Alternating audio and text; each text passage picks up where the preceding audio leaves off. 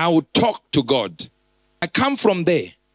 I'm going to tell you directly with no if, buts, or 98% or 99%.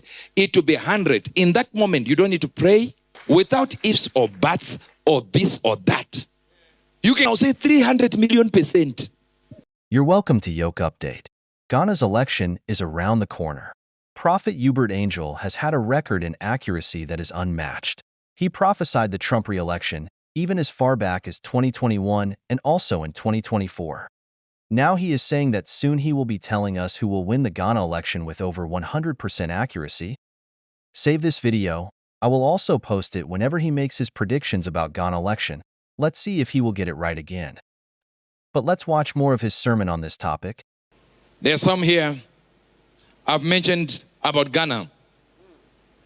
And in the morning, before I have to be with my father, Pastor Chris, what I'm trying to say is I'll go to the Mount Moriah, to that Fort Moriah place. And we'll get there. And I will talk to God about Ghana. So hear me well. So that when I come from there, I'm going to tell you directly with no if, buts, or 98% or 99%. It will be 100. In that moment, you don't need to pray. Even if you pray, you can't change what I will say. I will tell you who is going to be the president without ifs or buts or this or that. You can cut what you like out of context. It doesn't fly. I'm beyond that level of stupidity. I've been doing this for years. I'll tell you and even say again, this one I'll say 300 million%.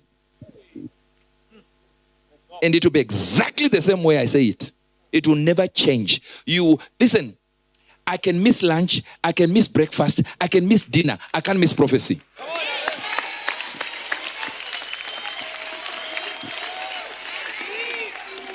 You wait until you die. These men here will not miss prophecy. No, it's never going to happen. Wait, write what, breathe fire if you like. See, I'm saying from now on, listen to what I will say about Ghana. Now, from now on. Why am I saying from now on? Because tonight, I have to talk to the two candidates. This one on this side and this one who is the vice president of the country. I have to talk to them.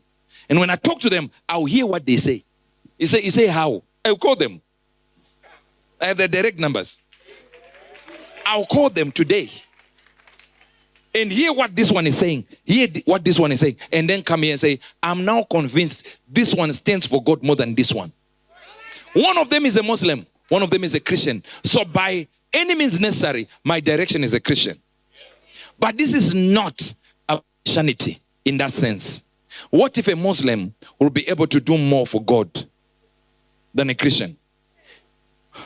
Not talking about Ghana now. I'm coming back here. Not talking about Ghana. What did I say? Not talking about, repeat this. Not talking about Ghana now. Most Christians, when they promise you they are going to do this, they won't do it. You put Christians in power, they don't make up for what was lost when they were not in power. They will not respect Christianity. Look at what we did with Obama. Waste of time. That was the beginning of the fall of America under Obama. But guess why we did it? Skin.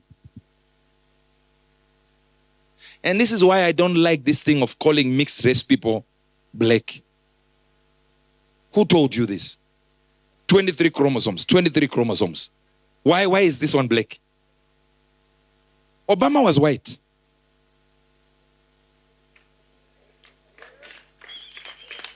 I don't believe in that nonsense. I will be able to tell you here, you go with what you like. Was it not last week? I stayed today. I said, when you see him, when he wins, you will start saying. And people didn't even know what was I saying. What date is it? 10 November. This is the day I'm saying, measure what I say from now. We'll give you a backdrop, a background, when the prophet comes, we'll give you a backdrop of all we said, but that's neither here nor there. Because I needed him to call in 10 days. We then got a call after a few days, after days after, in fact, weeks after. And there were discussions there, there were conversations there on what God will do through him. But you see, what about him who is a Muslim? Why are we just ignoring the Muslim guy? Because he's a Muslim? No. Let's hear what he is doing for Christians. If a Muslim is going to come here and give freedom to the church, and a Christian comes here and binds the church, I'll go with the Muslim.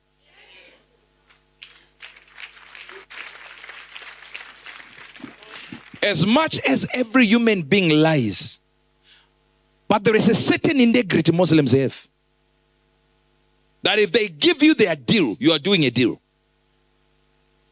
I'm telling you this. I've been in business for too long to know my Christian brothers. You tell them this, tomorrow they can shift.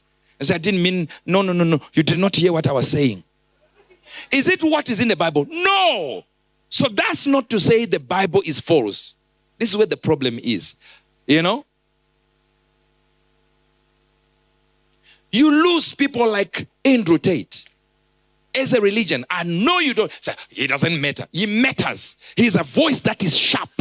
A voice that is poignant, important, potent, loaded.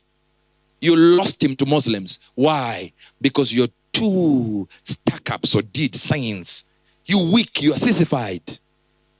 What is in the Bible is not seen in your works.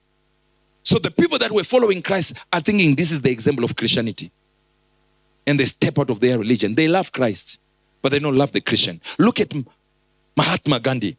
He said, I love the Christ, but I hate the Christians, for they are unlike their Christ. A man who was in Hinduism wanted to be a Christian, looked at the works of Christ and says, this is what I like. Then looks at the Christians and says, I'm not going to be this. This is the problem with you. Christians are a problem. In Christianity, hear this, Christ forgives. Christians don't.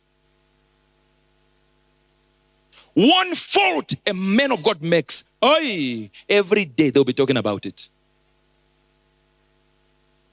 Liar, robber. Every day, every minute. They won't stop. What if he asks for forgiveness and is now safe in the hands of your Christ? He should stop preaching. Who are you?